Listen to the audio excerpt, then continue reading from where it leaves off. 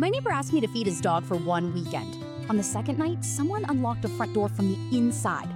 When my neighbor Brian knocked on my door that Friday afternoon, I thought he was going to ask for another package he'd accidentally had delivered to my address. Instead, he held out a spare key and asked if I could feed his golden retriever Max while he visited his parents for the weekend. We'd lived across the hall from each other in a quiet apartment building outside Seattle for almost 3 years.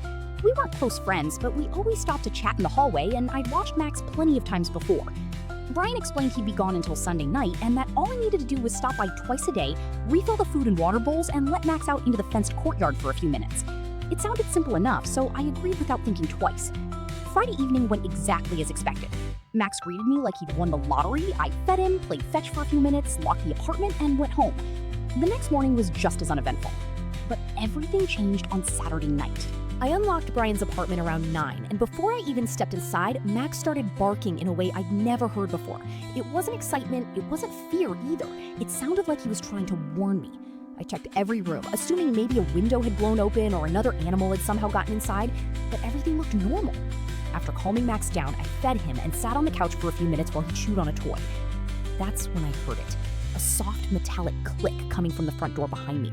I turned just in time to see the deadbolt slowly rotate by itself. The handle moved next. Then the door opened about 2 inches before stopping. My heart immediately started pounding. I jumped off the couch and pulled the door open the rest of the way. The hallway was empty. Not a single person was there. I even checked the stairwell and the elevator, but nobody was around. I convinced myself I must have forgotten to lock the door properly. Still, something didn't feel right. Before leaving, I locked both the handle and the deadbolt, then tugged on the door 3 separate times to make sure it was secure. I barely slept that night. Sunday morning, I returned to the apartment expecting everything to be normal again. Instead, I found the front door unlocked. Not forced open, simply unlocked. Max was still inside, unharmed, but he looked unusually restless. He kept pacing toward the laundry room and whining. Thinking he might have dropped one of his toys behind the washing machine, I moved it away from the wall. There was nothing there except a small floor vent that looked newer than the rest.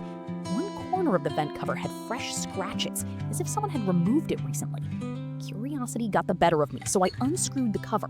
Behind it wasn't a duct. It was an opening just large enough to hide a small metal lockbox. I pulled it out. It wasn't locked.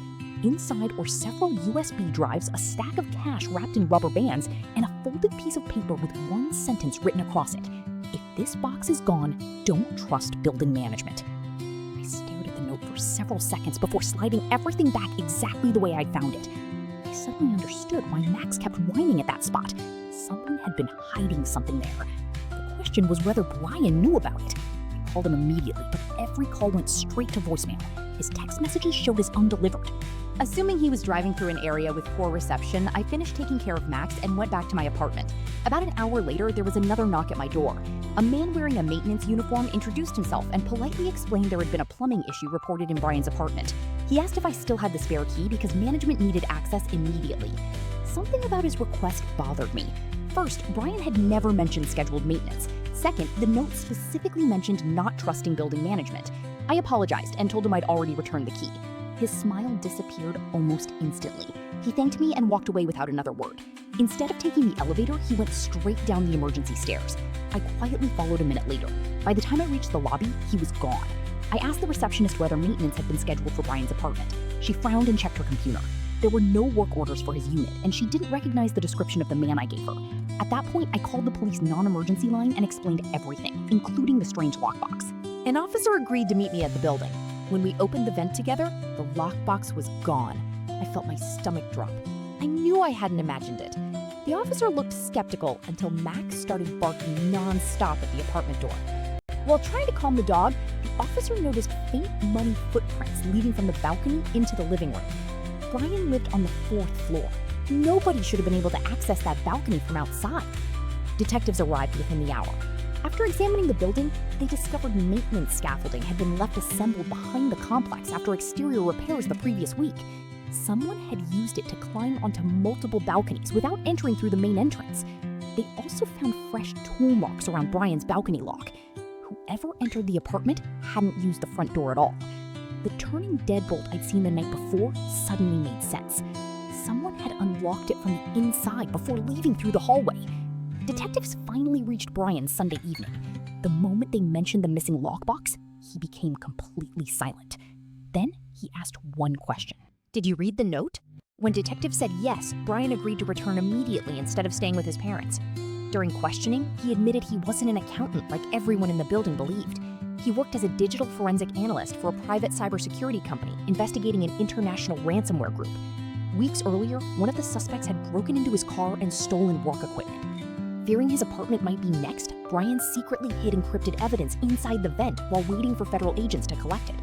The cash wasn't his. It was evidence recovered during the investigation. The USB drives contained encrypted copies of financial records connected to several shell companies. Brian never told management because he didn't know who could be trusted. 2 days later, federal agents arrested a contract cleaner employed by the apartment complex. Hidden inside his storage locker, they recovered the missing lockbox, lockpicking tools, counterfeit maintenance uniforms, and detailed photographs of several residents' apartments. He wasn't acting alone. He had been passing information about tenants to members of the ransomware network, helping them identify investigators, corporate employees, and anyone connected to ongoing cases. Brian had unknowingly become one of their targets after someone leaked his address. The fake maintenance worker who knocked on my door wasn't trying to fix plumbing. He was making one last attempt to recover the evidence before law enforcement caught up to them. During the investigation, agents reviewed security footage from the building and found something that still gives me chills.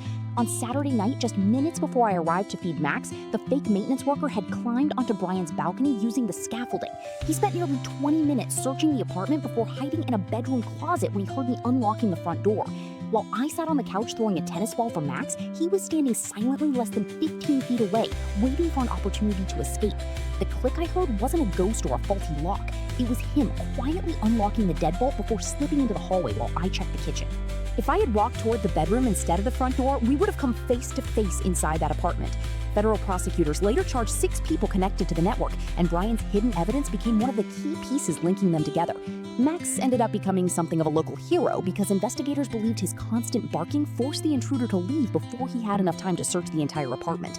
Brian eventually moved to another state for security reasons, but before leaving, he thanked me for agreeing to watch his dog. I laughed and told him he owed Max the credit instead. Looking back, the strangest part isn't that someone broke into my neighbor's apartment while I was inside.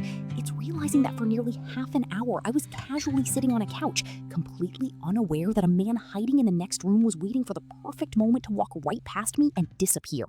Ever since that weekend, whenever I hear a lock click in a quiet apartment, I don't assume it's the building settling anymore. I stop, listen, and make absolutely sure I'm the only person in the room.